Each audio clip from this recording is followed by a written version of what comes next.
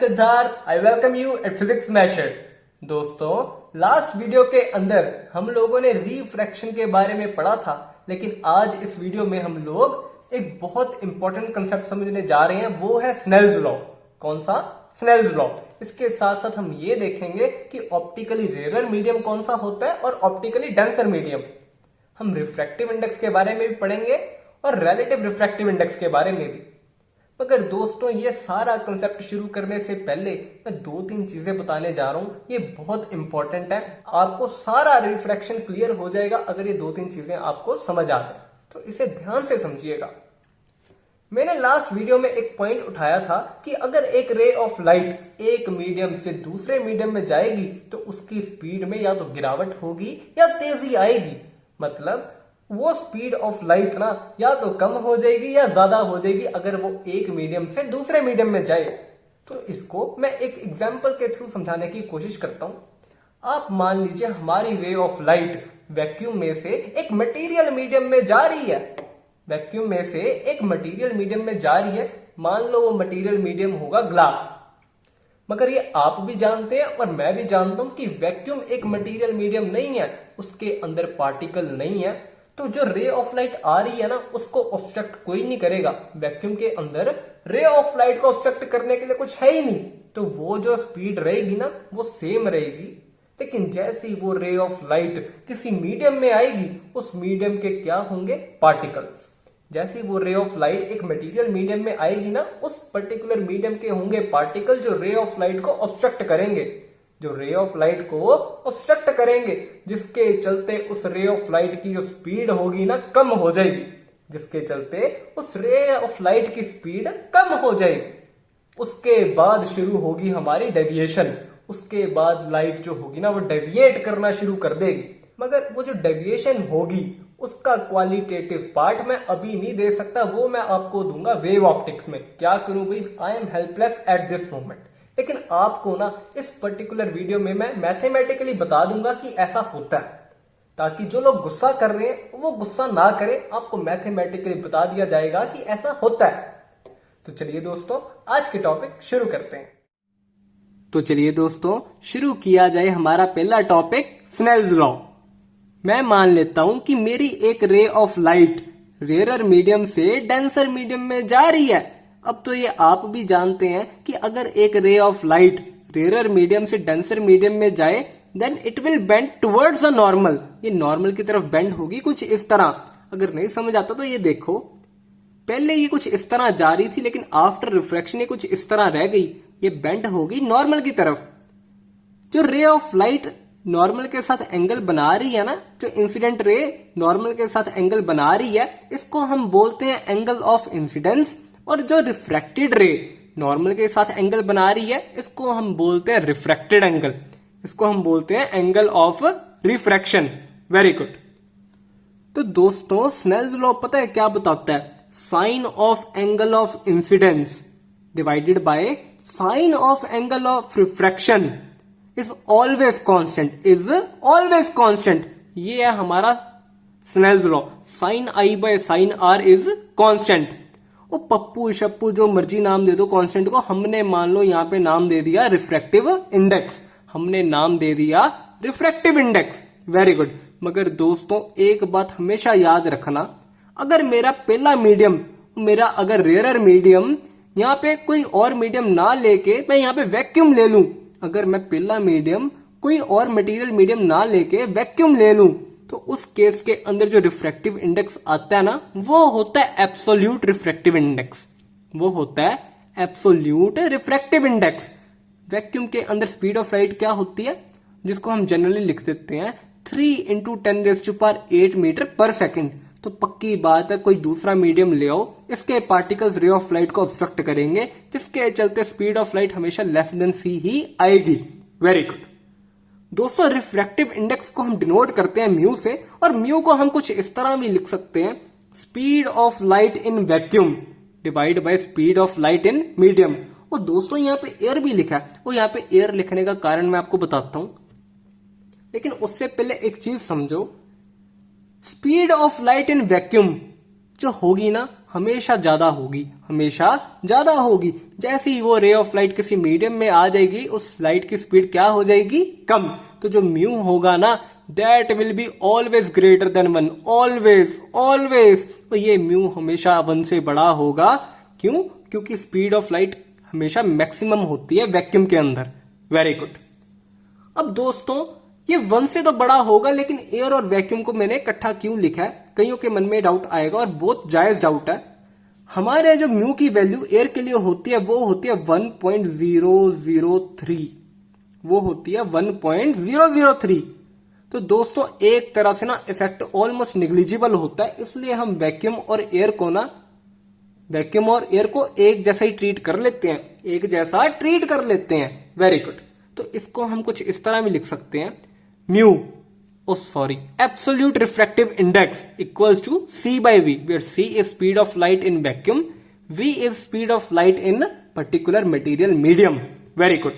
तो चलिए दोस्तों अब रिलेटिव रिफ्रैक्टिव इंडेक्स की बात कर ली जाए, और ये भी एक मजाक चीज है। इसका मतलब पता है क्या? मेरा पहला मीडियम वैक्यूम ना हो के कोई मटेरियल मीडियम हो। मेरा पहला मीडियम जिसको मैंने पहले वैक्यूम कंसीडर किया एब्सोल्यूट रिफ्रैक्टिव इंडेक्स के केस में, वो वैक्यूम ना होकर कोई पर्टिकुलर मटेरियल मीडियम हो, कोई पर्टिकुलर मटेरियल मीडियम हो। Very good. तो दोस्तों उस केस के अंदर हम कैसे लिखेंगे? क्योंकि हमारी ray of light rare medium से डेंसर मीडियम में जा रही है, तो मैं लिखूंगा speed of light in rare medium divided by speed of light in denser medium. इतनी सी बात है, सिंपल। तो लिखो V1 by V2। ठीक है दोस्तों। तो इसके बाद इसको मैं कुछ इस तरह लिख सकता हूं, बताइए मुझे। C by V1, C by V2। मैं उम्मीद करता हूं ये चीज समझ आती होगी आपको। कुछ नहीं किया, ऊपर नीचे C से मल्टीप्लाई डिवाइड किया और हायर लेवल मैथमेटिक्स लगा के ऊपर वाला V1 नीचे ले आया और नीचे वाला V2 ऊपर ले गया। देख लो। इसके बाद हम इसको कुछ इस तरह लिख सकते हैं, और C by V2 क्या हो गया दोस्तों? तो speed of light in vacuum divided by speed of light in medium. वो कौन सा मीडियम है? सेकंड वाला। तो ये ना एक तरह से एब्सोल्यूट रिफ्रैक्टिव इंडेक्स हो गया दूसरे मीडियम का, divided by C by V1 क्या हुआ? Absolute refractive index of medium 1। Very good. Absolute क्यों बोल रहा हूं? क्योंकि यहां पे C लिखा हुआ है। C किसके केस के अंदर होती है स्पीड? जब हम वैक्यूम में बातें कर रहे हो, जब हमारी रे ऑफ लाइट वैक्यूम में से आ रही हो। Very good. तो μ2 by μ1। ये तो हो गया, लेकिन इसको लिखने का तरीका देख लो। ये होता है, इसको कुछ इस तरह भी लिख लेते हैं, refractive index of second medium with respect to 1, with respect to 1। Refractive index of second medium with respect to 1। Very good. तो दोस्तों यहां पे मैंने कुछ इस तरह ही लिखा है, refractive index of second medium with respect to 1, refractive index of second medium with respect to 1। कुछ इस तरह लिखा, इक्वल टू μ2 by μ1, जैसे मैंने प्रूफ किया, equal to C by V2 divide by C by V1। Mu R पता है क्या होता है? दोबारा देख लो, speed of light in medium 1 divide by speed of light in medium 2। Very good. इसको किस तरह लिख सकते हैं? Refractive index of 2 with respect to 1। Very good. With respect to 1। Very good. दोस्तों मैं उम्मीद करता हूं आपको ये पार्ट समझ आ गया होगा।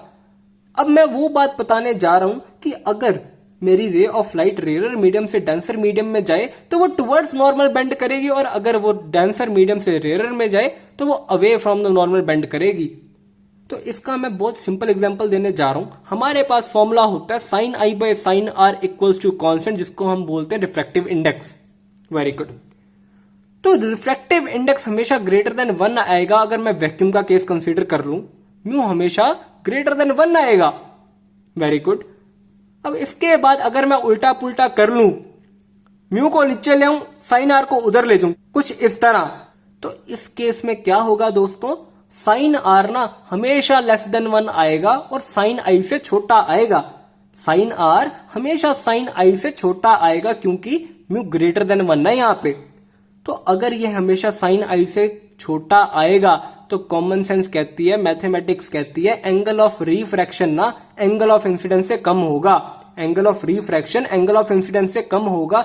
ये प्रूफ है। अगर एक ray of light rare medium से डेंसर मीडियम में जाए ना तो it will bend towards normal. क्यों? क्योंकि अगर देख लिया जाए ये रे ऑफ लाइट कुछ इस तरह आ रही है और अगर ये सीधी चली जाए तो इसका एंगल जो होगा ना ये वाला आई बनता है, मगर अब ये एंगल कम हुआ है। साइन आर जो एंगल ऑफ रिफ्रैक्शन है ये कम हुआ है आई से, एंगल ऑफ रिफ्रैक्शन आई से कम हो गया, जिसके चलते मैं ये कह सकता हूं कि यदि हमारी ray of light rare medium से डेंसर मीडियम में जाए वो टुवर्ड्स नॉर्मल बेंड करती है। अब आपको एक हिंट देता हूं, आप इसका ऑपोजिट प्रूफ करके देखना। आप क्या करना, डेंसर मीडियम से रेयर मीडियम में लाइट दौड़ाना और रेयर मीडियम ले लेना वैक्यूम, तो यहाँ पे जो म्यू आ रहा है ना वो 1/म्यू आ जाएगा और सॉल्व करके देखना तो आप फाइंड करोगे कि हमारा एंगल ऑफ रिफ्रैक्शन जो होगा ना वो greater than angle of incidence आ जाएगा। मैं उम्मीद करता हूं आपको ये बात समझ आ गई होगी। अब optically denser medium, optically rare medium की बातें समझो।